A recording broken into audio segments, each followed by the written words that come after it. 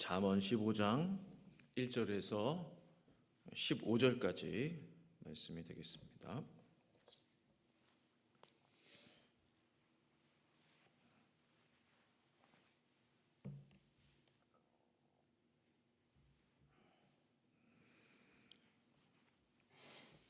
우리 잠언 15장 1절에서 15절까지 말씀 우리 찾으신 줄 알고 저와 함께 교도하도록 하겠습니다. 제가 먼저 읽겠습니다. 유순한 대답은 분노를 쉬게 하여도 과격한 말은 노를 격동하느니라.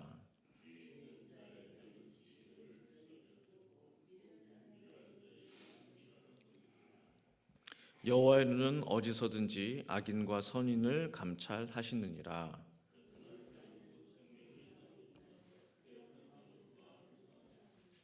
아비의 훈계를 없인 여기는 자는 미련한 자요 경계를 받는 자는 슬기를 얻을 자니라.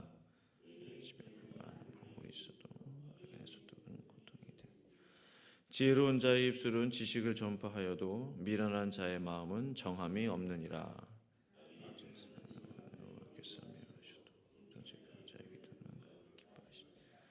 악인의 길은 여호와께서 미워하셔도 공의를 따라가는 자는 그가 사랑하시느니라.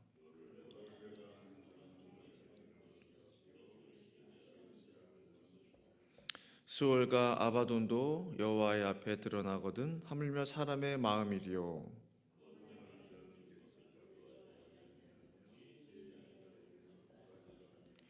마음의 즐거움은 얼굴을 빛나게 하여도 마음의 근심은 심령을 상하게 하느니라.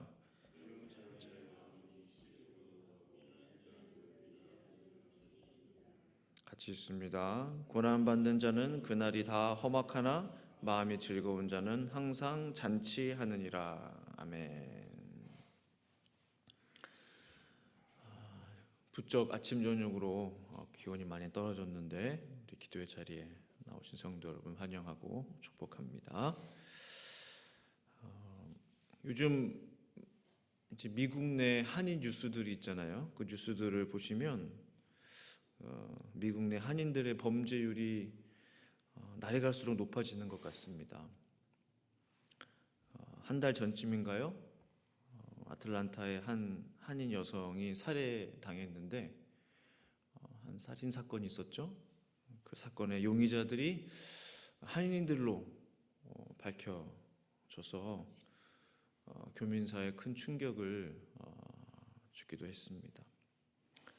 며칠 전에도 어떤 한 사건의 용의자들이 소위 머그샷이라고 하죠. 머그샷을 찍은 것들을 봤는데 그동안 어떠한 삶을 살아왔는지를 금방 알겠더라고요. 죄송하지만 그분들의 머그샷 사진을 오래 보기가 좀 두려울 정도로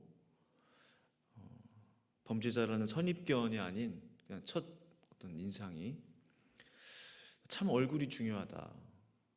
그런 면에서 살아온 우리의 삶을 대변해 주는 것, 말없이 대변해 주는 것이 바로 우리의 얼굴이지 않겠나라는 생각을 해보게 됩니다. 4세기 기독교 교부 중에 한 사람이고 또 신학자였던 세인트 제롬이라는 사람이 있습니다. 347년에 출생했던 사람인데요. 이 사람이 이런 말을 했다고 해요. 얼굴은 마음의 거울이며 눈은 말없이 마음의 비밀을 고백한다. 이 말이 정말 맞는 것 같아요. 얼굴은 사람의 그 마음의 거울이고 또 눈은 말없이 마음의 비밀을 고백하고 있다. 숨길 수 없다라는 것이죠. 사람의 얼굴을 보면 또 그 사람의 눈을 보면 정말 나를 좋아하나, 정말 이 사람이 나를 말하는 대로 생각하나, 이 사람이 정말 지금 말하고 있는 게 진실한가, 우리가 어느 정도 알 수 있지 않습니까? 그런 마음의 거울인 나의 얼굴, 우리가 어떻게 갖고 갈 수 있겠습니까? 오늘 말씀을 통해서 살펴보기 원하는데요. 오늘 본문 말씀을 전체적으로 보니 나의 말이 나의 얼굴을 만들어 간다라고 말씀합니다. 뭐가 뭐를 만들어 가요? 말이 얼굴을 만들어 가는 거예요. 말이 얼굴을 만들어. 그래서 1절에 유순한 대답은 분노를 쉬게 하여도 과격한 말은 노를 격동하느니라. 나의 과격한 말, 나의 분노가 무엇을 통해 표출되죠? 주로 얼굴을 통해서 표출이 됩니다. 나의 얼굴로 보여지는 것이죠. 그러니까 나의 얼굴이 내 분노를 보여주는 모니터와 같습니다. 내 마음의 상태가 어떠한지, 내가 지금 어떠한지, 내 감정이 어떠한지를 그대로 볼 수 있는 것이 내 얼굴, 모니터 역할을 하고 있는 것입니다. 그것이 다시 나의 마음을 과격하게 하고, 과격한 마음이 다시 얼굴로 드러나고, 그러니까 마음의 거울인 얼굴을 잘 가꾸기 위해서는 옳은 말을 선한 태도로 전하는 것도 중요합니다. 2절에 지혜 있는 자의 혀는 지식을 선히 베풀고 미련한 자의 입은 미련한 것을 쏟느니라라고 있습니다. 그러니까 지혜 있는 사람은, 정말 지혜로운 사람은 지식을 선하게 베푼다는 거죠. 지식을 선히 베풀고 있습니다. 그 사람이 진짜 지혜 있는 사람이라는 거죠. 자기가 가지고 있는 아이디어, 좋은 말들을 선한 의도로 표현해 주는 것입니다.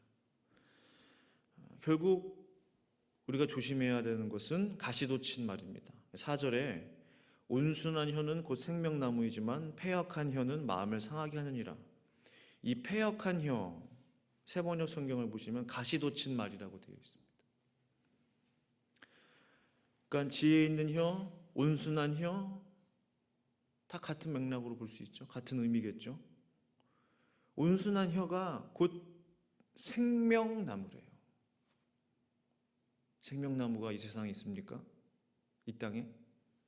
사과나무, 배나무, 뭐 그런 나무는 있지만 이 생명나무, 하늘나라에 있는 나무가 떠올라요. 생명나무 있잖아요. 먹으면 영생하는 그 나무.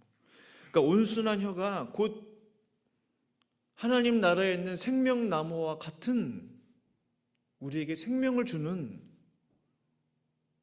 그런 영향이 있는 말이 바로 온순한 혀다. 지혜로운 말이다. 얼마나 우리의 말이 중요한지 모릅니다. 곧 우리의 말이 우리의 건강, 우리의 마음을 더 살찌우게 하고 우리를 지켜준다는 거죠. 우리의 생명을 연장시켜 준다는 것이죠.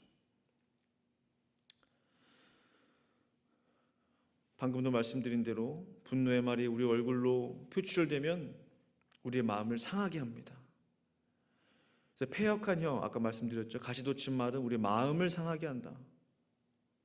마음을 상하게 하고 다시 가시돋친 말을 하고 다시 마음을 상하게 하고, 이것이 반복되면 우리 얼굴이 어떻게 되겠습니까?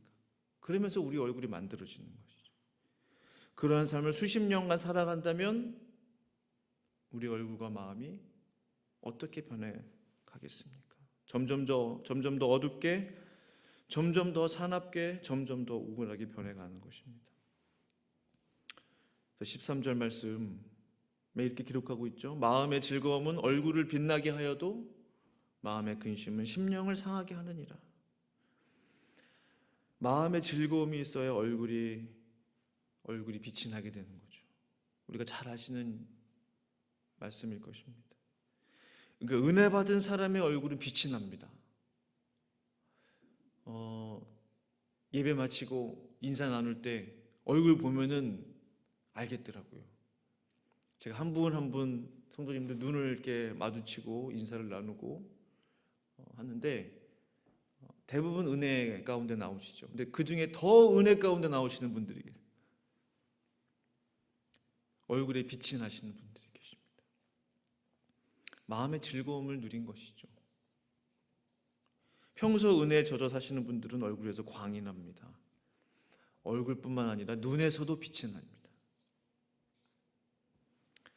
마음에 근심이 있으면 아무리 최고급 화장품이나 그런 것들을 사용한다 할지라도 그 어두움을 감출 수가 없죠. 그래서 유명 미국에도 그렇지만 연예인들이나 배우들 보면 엄청 화려하게 치장을 하고 아름답게 자신을 가꾸고 자신의 얼굴을 이렇게 대중 앞에 보입니다. 종종 보면 어두운 사람들이 있죠. 아름답게 옷을 입고 아름답게 치장을 했지만 빛은 나지 않아요. 죄송하지만 얼굴이 뭔가가 공허하죠. 뭔가가 비어있는 듯한 마음속에 눈빛에서 벌써 나오지 않습니까? 마음에 즐거움이 있어야 얼굴에서 빛이 나게 되는 것이고, 마음에 근심이 있다면 우리의 심령을 상하게 하는 것입니다. 1860년 에브라함 링컨이 대통령에 당선되자 내각 구성을 위해서 강요들을 정하기 시작했습니다. 그러던 어느 날 비서관에게 한 사람을 추천받았어요. 링컨이 그 사람의 이름을 듣자마자 그 사람은 안 됩니다 라고 바로 단칼에 거절했다고 그래요. 그래서 그 비서관이 아니 왜 이름을 듣자마자 거절하십니까? 라고 물었어요. 링컨이 대답합니다. 나는 그 사람의 얼굴이 마음에 들지 않소. 그래서 비서가 아니 그 사람의 얼굴은 부모가 물려준 얼굴인데 얼굴을 보고 왜 사람을 판단하냐 이제 이런 거죠. 자신의 그 사람에게 책임이 있지 않지 않아요? 부모님이 물려준 얼굴이잖아요. 어쩔 수 없는 일입니다. 그 비서가 말하는 거죠. 링컨이 고개를 저으며 대답합니다. 아니요. 세상에 처음 나올 때는 부모님이 만들어준 얼굴이지만 그 다음부터는 자신이 얼굴을 만드는 것입니다. 그 다음부터는 자신이 자신의 몸을 만들어가는 거예요. 자신이 자기의 얼굴을 만들어가는 거예요. 내 몸은 내가 관리한다. 누가 대신 운동시켜줄 수가 없어요.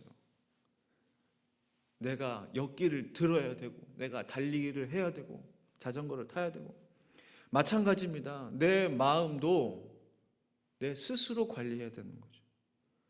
마음의 거울인 얼굴을 내 스스로 관리해야 하는 것입니다. 그 책임이 나에게 있다는 것이죠. 그리고 하나님은 사람의 마음의 중심을 보시는 분이십니다. 이 말씀을 저는 제 자신도 사실 오늘 본문의 말씀의 그 기준에서 자유로울 수 없는 사람입니다. 끊임없이 하나님 앞에 제 얼굴을 갖고 와야 돼요. 제 모습을 갖고 와야 돼요. 그 책임이 저에게 있어요. 제 마음의 거울을 갖고 와야 돼요. 그 책임이 저에게 있고 하나님이 그것을 묻고 계시는 거죠. 너는 너의 마음의 거울을 어떻게 관리하고 있느냐? 내가 준 마음, 내가 준 얼굴을 어떻게 하나님 앞에서 그것을 다스리며 관리하고 있느냐? 저에게 질문하는 것이죠. 저 역시 자유로울 수 없습니다. 끊임없이 하나님 앞에 깨져야 하고 더욱 낮아져야 함을 느끼게 됩니다. 그러나 15절 말씀이 제 삶에 이루어지기를 소망합니다. 오늘 본문 마지막이죠. 고난받는 자는 그날이 다 험악하나 마음이 즐거운 자는 항상 잔치하느니라 했어요. 고난받는 자는 그날이 험악해요. 야곱이 바로 앞에서 그 말을 하잖아요. 제가 험악한 세월을 살았습니다. 그러한 삶이 아니라 물론 그의 인생을 하나님께서 인도하셨지만 그 역시 허물이 많은 사람이라 스스로 허물이 많은 사람이기 때문에 험악한 세월을 살 수밖에 없었어요. 그런 험악한 세월이 아니라 마음이 즐거워서 항상 잔치하는 잔치집 같은 잔칫날 같은 그러한 삶이 되고 싶은 것입니다. 그 비결이 뭐죠? 우리의 입술을 유순하게 할 때, 오늘 말씀처럼 나의 말을 온순하게 바꾸기 시작할 때, 나의 대답을 유순하게 바꾸기 시작할 때, 나의 마음의 거울을 우리가 관리할 수 있게 되는 것입니다. 그것이 바로 우리의 마음을 지킬 수 있고 우리의 마음을 즐겁게 할 수 있는 것입니다. 저와 성도님들의 마음이 항상 잔칫날과 같은 그러한 기쁨의 날 될 수 있기를 간절히 축원합니다. 기도하시겠습니다. 아버지 하나님, 감사합니다. 우리에게 건강한 몸을 주셨고 또한 마음을 주셨습니다. 얼굴을 주셨습니다. 우리가 이것을 잘 관리할 수 있기를 원합니다. 지킬 수 있기를 원합니다. 오늘 성경은 우리에게 너의 말을 지키라, 가시돋친 말을 피하라, 유순한 말을 하라, 지혜로운 말을 하라 라고 권면하고 있습니다. 하나님, 오늘 하루 살아갈 때에 우리 입술을 지키게 하시고 나의 말을 점검하게 하시고 지혜로운 말, 유순한 말, 온순한 혀를 가질 수 있도록 주여 도와 주시옵소서. 그것이 우리의 마음의 거울을 지키는 비결임을 깨닫습니다. 주님, 매일매일의 삶이 잔칫날과 같은 그런 기쁨의 날 될 수 있도록 하나님, 우리 성도들을 축복하여 주시옵소서. 감사하며 예수님의 이름으로 간절히 기도합니다. 아멘.